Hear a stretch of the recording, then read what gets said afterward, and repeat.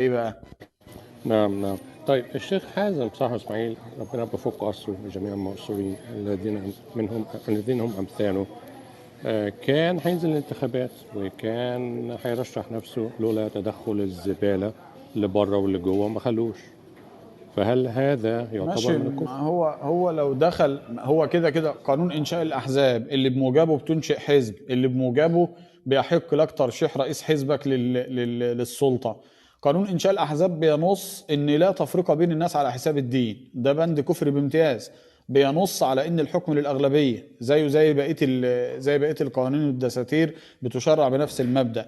القبول باصل المبدا ده هو تنازل عن مبدأ الحاكمية لله. يعني انت كشخص رحت تتجوز واحدة، قالت لك بص قبل ما نتجوز نتفق كده على حاجة، الحكم في البيت مش ليك، ما تجيش بقى تعمل لي راجل البيت وتقول لي كلمتي تمشي، لا، الحكم في البيت هيبقى بالمشاورة. لو انا ما وافقتكش ما يسوغش ليك انك تمشي كلمتك، انت هترضى تتجوزها؟ لا.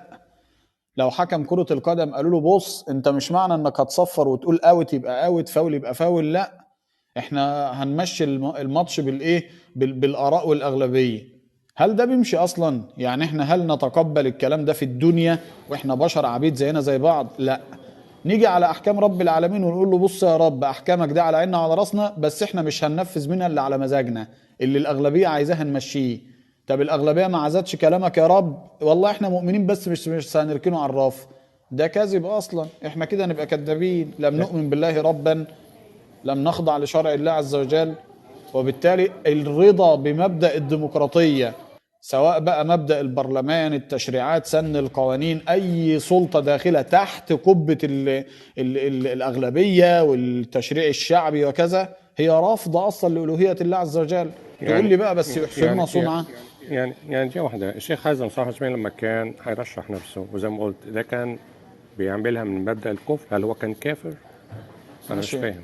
ما هو انت انا انت مش عندك انا انت فاهم عندك انا فاهم ان انت انت انا عندك فاهم ان انت قلته كويس، انا فاهم ان انت قلته كويس جدا ماشي. طب وموافقك ايه، عليه. ما فيش شخصنه بقى، يبقى احنا ما تذكرش اشخاص. لا لا، ربنا دي عز واحده دي واحده دي وجل واحده في دي واحده دي عشرات. واحده دي واحده دي واحده, دي واحدة. الله يخليك الله يخليك، مش حكايه اشخاص لازم اذكر اشخاص.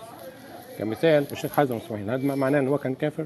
هل هو هو كده كافر؟ كده كافر اصلا من قبل ما يخش، ده شغال محامي اصلا. انت انت يعني هو انت كافر؟ طب دماغك كويس فين؟ كويس كويس هو كده كويس، كده لا شغال محامي اصلا، يعني كويس سيادة كويس كويس، الله القانون يخليك الله وتعظيم يخليك الله القانون. يخليك الله يخليك، ده كويس كويس. طيب ابوه طب كان مين؟ نتكلم. ابو حازم صلاح ابو اسماعيل ده كان مين اصلا؟ صلاح ابو اسماعيل اللي كان